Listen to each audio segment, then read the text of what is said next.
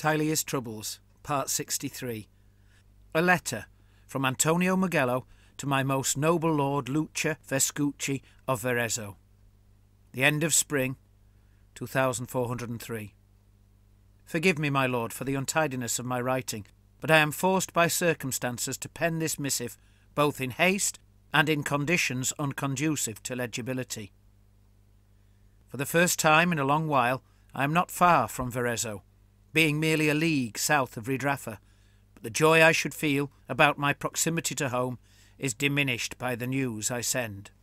The brute tyrant, Rasgaboldaguts, led his army from the beating he received south of Rimas, travelling along the Via Diacletta and occasionally through the rolling hills when the whim took him. Neither the Remans nor the Pavonans sought to pursue him, for the former seemed happy enough that he had turned away from their realm, and the latter were in no fit state to attempt any further action in the field. Indeed, Duke Guidobaldo, finding his son and heir to be alive but horribly wounded, did command that Silvano be carried with him to Rimas, intending there to obtain the services of the best doctors the city has to offer. Boldagut still possesses the great train of loot he plundered from Astiano and Pavona, as well as much of his strength. Indeed, it might even be that his personal army has swollen in size, for whereas before the double army bore both his and Mangler's standards at the fore, it is now reported that only Boldagut's are carried. Mangler's remaining army, still a substantial force, must thus be marching under those banners, not their own. Several brutes' corpses were discovered in the army's wake, some showing signs of death from festering wounds received in the battle of the Via Diacletta, but others, being the mightier sort, bearing fresh wounds probably received in some internecine strife. Such evidences most likely indicate that Rasga has successfully wrested complete command of the entire force for himself, dispatching all contenders or complainers. Taking leave of the Riemann and Pavonan army in Frascotti, I followed the brutes with several scouts, until I joined a party of Verezan merchants seeking a safe route home. Upon learning that I was your servant, the chief amongst these merchants, your friend Alessandro Berlamacci, offered whatever I needed to assist me in my duties, and so enabled me to ride close to the brute army in the company of his best guards, all the better to spy upon them.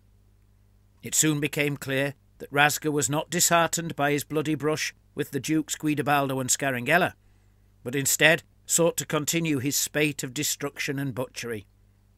As his army approached Ridraffa, the bulging baggage train came to a halt, whilst his grey-skinned warriors surged onwards in battle array.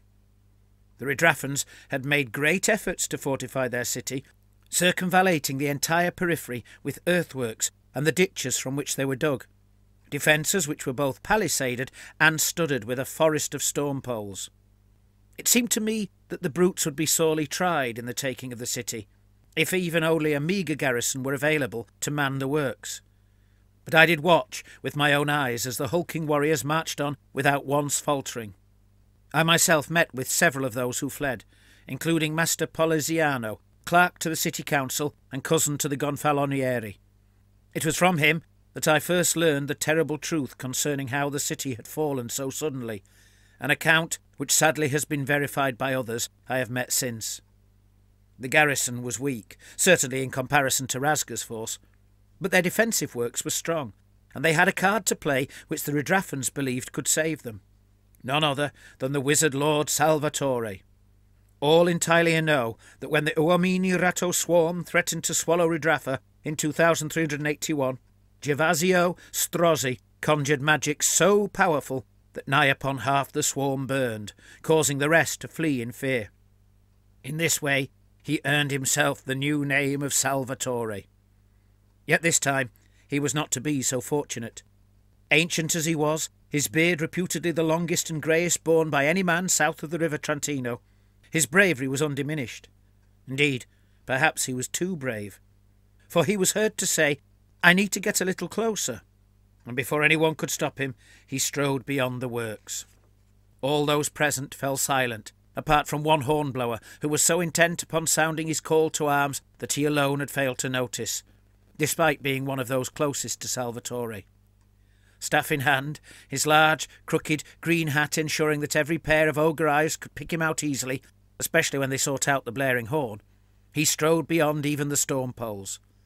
Perhaps he had become purblind in his old age, or was so engrossed in his ethereal conjurations that he lost sight of this world and the many mundane dangers it held in that moment. The soldiers stared in confusion as he spoke the words of his incantation. Those who saw it told me that upon completion and the bringing down of his staff, for a moment it was as if the world stood still. And yet the sky remained calm. Not one wisp of cloud appeared, not the tiniest flicker of lightning, nor even the faintest echo of distant thunder.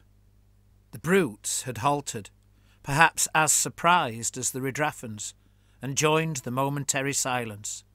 Then one was heard to laugh, and another to shout, and then many more gave vent to angry cries, and they loosed a rain of missiles upon the old wizard, a spear-sized quarrel, a hail of lead shot, and a whole mess of mangled metal.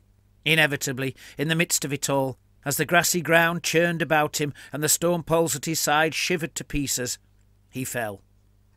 Then, as suddenly as the horn fell silent, its blower belatedly aware of what was happening, the brute army lurched forwards. To their credit, I was told that not one Ridraffan militiaman fled, but instead they chose to fight, running from those parts of the works unthreatened by the foe to where the attack was to come. They sent forth 100 bolts, and drew every sword, but to no avail, for the foe burst through the storm poles as if leaping nothing more than toothpicks, and mounted the works as if they were but molehills, and there was nothing the defenders could do to stop them. In this way Ridraffa fell, almost every fighting man brutally slain and crushed under their heavy, iron-shod feet. While the slaughter took place, the populace fled pell-mell from every gate, for the most part unburdened with possessions and goods. I believe so many escaped exactly because they left their wealth, even their livestock, behind, and in so doing the brutes were too distracted with the sharing of the spoils to commence a pursuit. Against the advice of the guards with me, and yet with their brave acceptance of my decision, I lingered in the vicinity of the city, intent upon discovering the ogres' intentions, especially whither they would go. I was filled with dread at the prospect that they might choose to travel further south, and so threaten your lordship's realm. Rasgar's already huge baggage train swelled further, as everything of value was dragged from Ridraffa. The ogres pressed every cart and wain, every carriage and coach into their service, and still it was not enough, for many such conveyancers had left the city in the days before their arrival.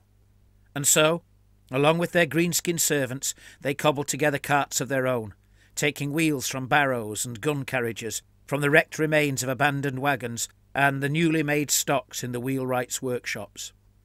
I myself saw them, through a perspective glass, as they left the city gates, their myriad means of transport, a hodgepodge of creaking and rattling contraptions, hauled by everything from livestock to slaves and even ogres.